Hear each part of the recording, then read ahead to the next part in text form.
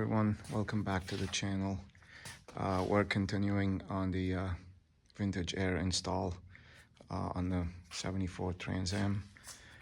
In the last video I left off with the electric fans, radiator in, the front end of the engine in, and we're just getting ready to put the bumper and the nose back on. The grills are painted,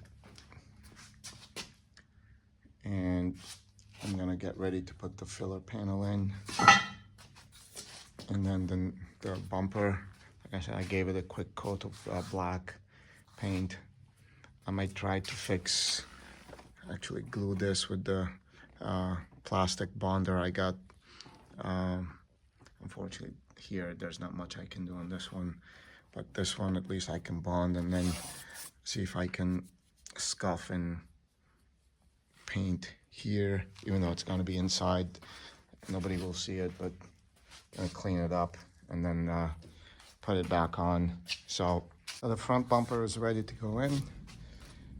The paint is, I just painted it flat black on the metal part of the bumper, and then I took out the spoiler, cleaned it, and put the proper captured nuts with the proper bolts here. On this one I did a piece of aluminum stock with a nutsert and put the bolt because the plastic was broken. So the bumper is ready to go in. That's the other support piece there, and then I'll put the filler panel on the bottom of the nose, and then we can put the front end back together. So we'll put the bumper on now. So here's the filler panel. You put in the captured nuts that came with the install kit. And here are the bolts for it, screws. So I'm gonna go from the back of the nose down below the 11 holes that supposed to hold that in place. So I'm gonna put those on, and then everything should be ready to be bolted on. So let's go take care of it. The filler panel installed. I think this corner might need a little trimming. It might fit in there, but if it does, I can trim it a little bit. But nose is ready to go in. So we're making good progress. So my friend stopped by today to help me with putting the bumper back on. It's so heavy, it's not a one-man operation unless you have hoists and stuff like that. But we still ended up putting the jack underneath here just to position it in place, put the bolts in for now, loosely in place. I still got to do final adjustments on the passenger side. I had to flip that bolt in there around to be able to adjust it enough for the front nose to line up with the fender. It had a half-inch gap when that bolt was flipped the other way. So I flipped that around. Everything is in place, but loosely snug. It's not tight. Well, finally got the nose in. I had to trim here a little bit to make it sit, and a little bit here. It's fine now. The gaps are not perfect, but whatever. It's a driver, it's not a show car. I tried to make it as good as I can. So now I'm just gonna put the bolts in, tighten it up, put the side spoilers on, and just continue on. Part of the front end hardware kit is this spoiler hardware kit, whatever, the FC515W. So I'm gonna use those to mount the spoiler to the car. As you can see, one of the clips is missing, so this will come in handy to make sure all the hardware is there. So let's go put that on. Both side spoilers are mounted. They don't sit perfectly, but doesn't matter. Again, we're not building a show car. It's just a nice driver. What we're gonna do now is take the wheel well out so we can run the second hose from here and from here underneath the fender, between the fender and the wheel well, into the interior. So this needs to come out. So now that the inner fender is out, we can remove the blower motor and the whole assembly. There are a couple of nuts and bolts all around holding it in place. So now that we have good access, we can remove it. So up top hidden, there's a bolt there that you need to take out. The second bolt is down here, and the rest of them are 5 nuts and studs holding them in place. Also, there's the connector for the blower motor there, and the wire comes down and is secured here. So that's the connector, and this is the piece that's secured here. So once these are out, now we can try to pry this thing out and see if we can just yank it out. So let me get that out of there. So a little finagling because the heater core hoses come out right against it. And don't forget, there's another stud back here to take out. Yeah, right down there. And then comes out. So now we'll continue on. This is the spot where the new hoses are gonna go through. So I'm gonna mark that up. And then for now, I'm just gonna put the temporary block-off plate on so nothing can get in, because in order to take the heater core out, we're gonna start from inside the vehicle. So what I wanted to do is just get this in so I can get the fender well back on and continue on. But before we do it, give it a little cleanup over there and then just continue on. So with my little scraper here, just going around.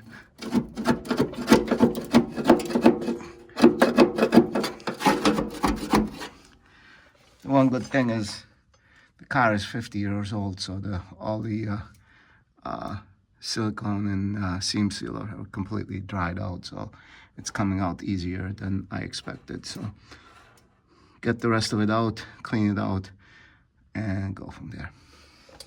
After the cleanup, and give it a quick coat of paint, let it dry. So while it's drying, I'm gonna start assembling the cover plate. That's gonna go here. And the hoses are gonna go through them into the inside of the car. 2 of them are the AC and 2 of them are the heater hoses. So according to all the online videos I watched, we can put 3 of the grommets for the 2 heater hoses, and the smaller of the AC hose, the number 6 that comes from that over there, I will go through fine. But the big number 10, you want to leave that grommet off, and I'll show you how it's done shortly. So I'm going to put the grommets in and continue on. According to the instructions, it says to run the 2 heater hoses on the bottom and the 2 AC hoses on top. But then when it goes through the kit panel, you can see the 2 AC hoses are on the right and the 2 on the left. I don't know. I think I'm gonna do the other way. I'm gonna have it vertically, 2 heater hoses here, and the 6 and the 10. Let's see, or the vice versa. We'll do it this way. The 2 heater hoses, the 6 and the 10, will be here. So when they turn, they all like go in a row and they don't rotate. I don't think it makes a difference, but it's stupid like that aggravates me. So anyways, before we continue, I guess I'll go inside and take the kick panel out, and so just so I can push the hoses in, and then we'll continue on. So on the inside, in order to give us some room to maneuver everything here, got to take the seat out, and it's 4 1/2-inch bolts, 2 in the front, 2 in the back, holding it back. Now that the seat is out, we work on the kick panel. You can see there are like 5 screws around there where the fresh air comes in.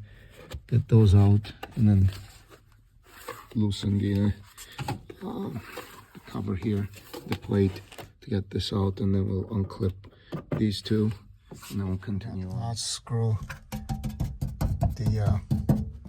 the heater core enclosure is in the way, so you need one of those right angle ones, otherwise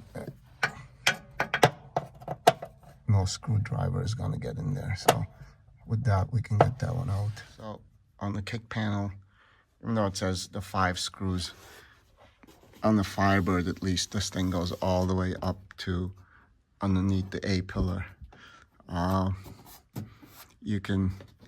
It's about like 1/2 inch to 3/4 inch tucked in. You can finagle it out without having to touch that thing. Otherwise, you have to take the A pillar out to remove it. And then over here, the fresh air intake is in there, so you have to fight with it a little bit. Like once you free it from here, just shake it to come loose. And the only other thing left to get this thing done is the fresh air vent levers there. There are 2 brackets that hold them in place, so you have to take those 2 out for it to come out. So let me see if I can get those out and see what happens. Best way I can show this with needle nose pliers. Basically, they're here. You just pull on the tab, and the 2 brackets will come out. While I try to figure out how to take those knobs out, I'm gonna take the glove box out, and there's 4 screws, 1, 2, 3, 4, holding the door, and then this thing, you just bend it in, it will come out. The glove box door is off, so next we're gonna take the glove box itself, same thing. There's like 1, 2, 3, 4, 5, 6 screws around it to take them off, so the box will come off. So let's do those. There's 6 screws out, the glove box is out, and in the cavern, you see all the stuff that we have to take out. So we'll continue on. In order to remove the top vent wire out, you can 2 ways. You can either cut it and not worry about it, or the way it is set up is there's a metal bracket here that holds the cable in place, and then it hooks to the lever. You can undo that hook from the plastic, and this will free up, and then you can unhook it from the lever, and it will come out in one piece rather than break it. Even though you're never gonna use it with the kit, vintage air kit, I still don't like to break stuff if I don't have to. This is actually the metal clip. It did break while trying to get it out, but at least it freed up my cable. So I'm gonna try the second one and see how I can take that one. On the bottom one, it comes out as 1 unit because it's hooked up to the vent inside, which is part of it. So This is out in order to fit the new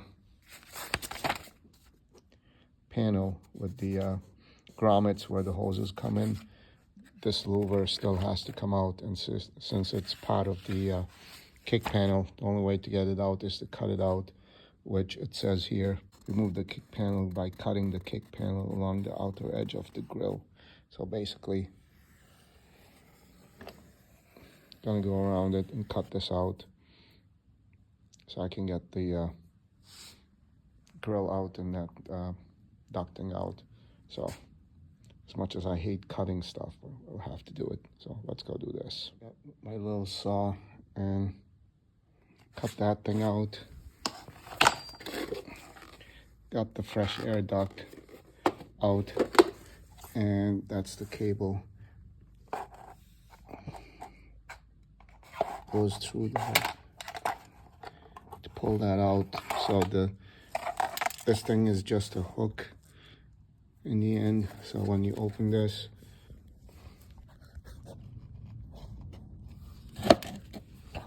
goes in here.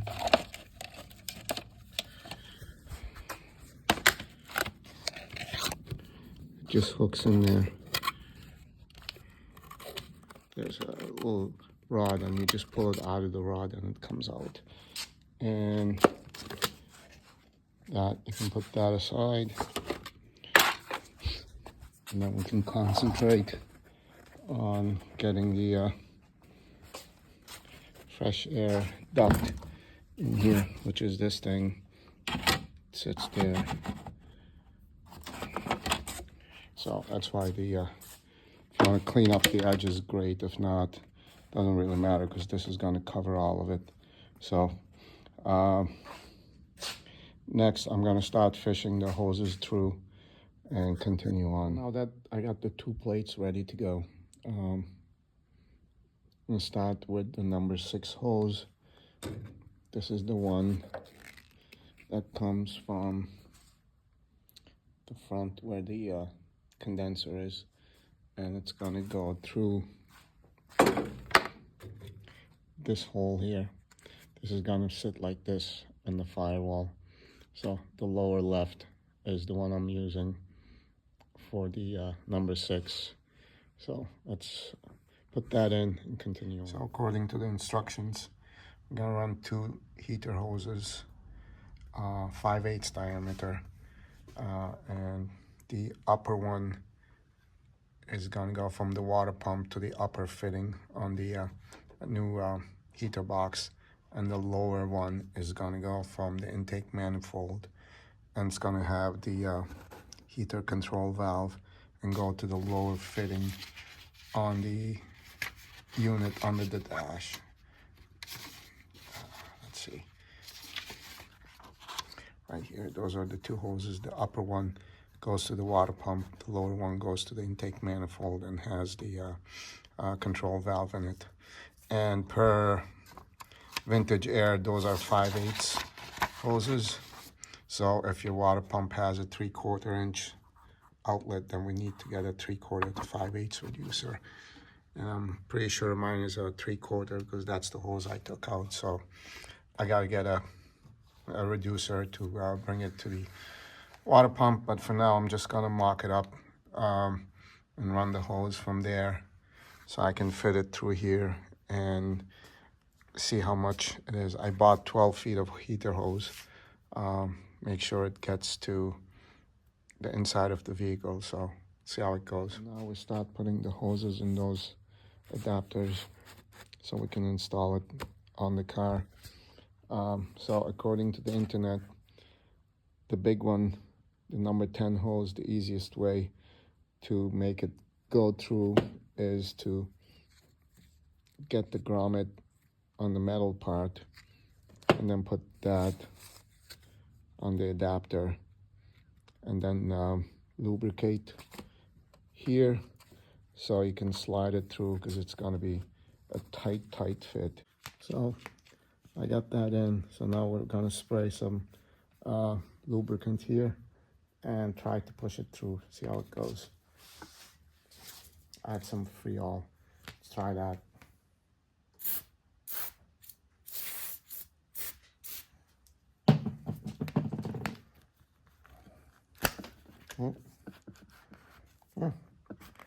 easier than expected, so that's good. So that thing, you definitely need 2 people to do this. It's not a one-man job. Additionally, that center bolt do not over tighten because the cap is plastic and it could break. So just enough to secure it in place. And now I can add the other 3 hoses and then call it on this one.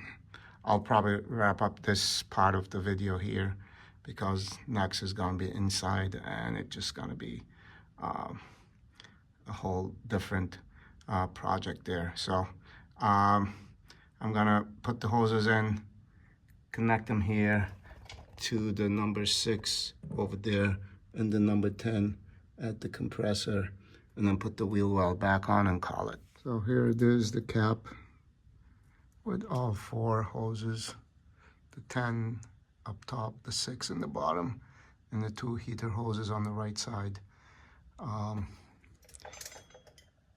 Connected the number 6 over there and the number 10 to the number 10 compressor outlet, and that's basically enough for me to put the wheel well back on and wrap up this portion of the project.